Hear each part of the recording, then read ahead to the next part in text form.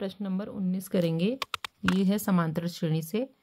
तो ये कह रहा है कि एपी का प्रथम पद 5, अंतिम पद 45 और योग 400 है। पदों की संख्या और सारवंतर ज्ञात कीजिए।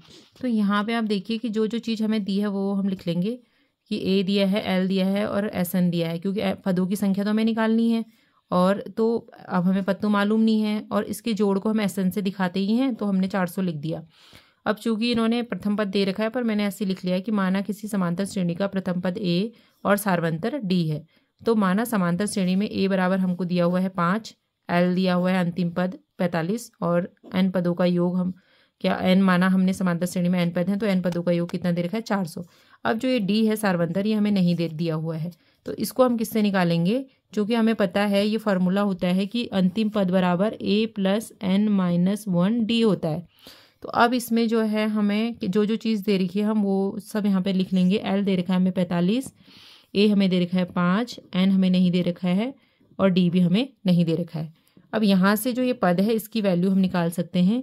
एन माइनस 1 डी को ऐसे ही रखेंगे 45 और इसको उधर भेजेंगे, पक्षांतर करेंगे तो इसमें माइनस आ जाएगा। N minus 1 D is equal to 40। इसको समीकरण 1 मान लीजिए। ठीक है, अब है समांतर श्रेणी के पदों का योग। अब माना एन पद हैं तो एन पदों का योग, एन पदों का योग किससे दिखाते हैं हम? एस एन से। तो एस एन बराबर होता है हमारा N by 2 2a N minus 1 D. ये फॉर्मूला का याद होना बहुत ज़रूरी है इसमें। तो एस एन हमें निकालना नहीं दिया हुआ है, तो एस एन के बदले में हम क्या रख देंगे? यहाँ पे 400 रख देंगे और एन तो हमें निकालना ही है, n/2 ऐसे ही रखेंगे। ए का मान हमें 5 दिया हुआ है, एन हमें एन माइनस 1 डी, इसकी वैल्यू हम यहाँ से रखेंगे। कहाँ से? जो हमने अभी देखी यहाँ पे हमने निकाली हुई है 40।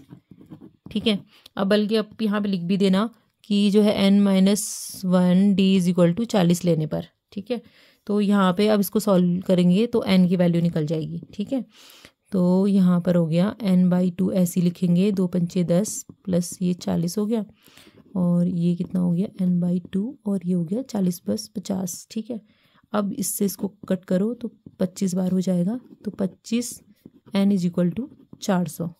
तो n इज इक्वल टू 400/25। 25 आप इसको भाग करेंगे तो 25 एकम 25 और ये आ जाएगा आपका 150। 25 छक्का इतना, तो n बराबर हमारा 16 आ गया। ठीक है, 25 से आपने इसको कट करना है, तो अपन n पद आ गए हमारे, 16 पद आ गए। अब जो है n का मान समीकरण 1 में रखने पर, समीकरण 1 क्या है हमारा? n minus 1 D is equal to 40। तो 16 minus 1 D is equal to 40, तो 15 डी इज इक्वल टू 40।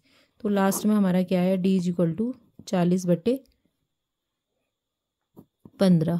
ठीक है, अब इसको आप कट कर लीजिए जितना भी आ रहा है ये, क्योंकि n तो 16 आया है। ठीक है, तो इसको काटेंगे तो ये 5 3 15, 5 8 40, तो डी का मतलब आया 8/3।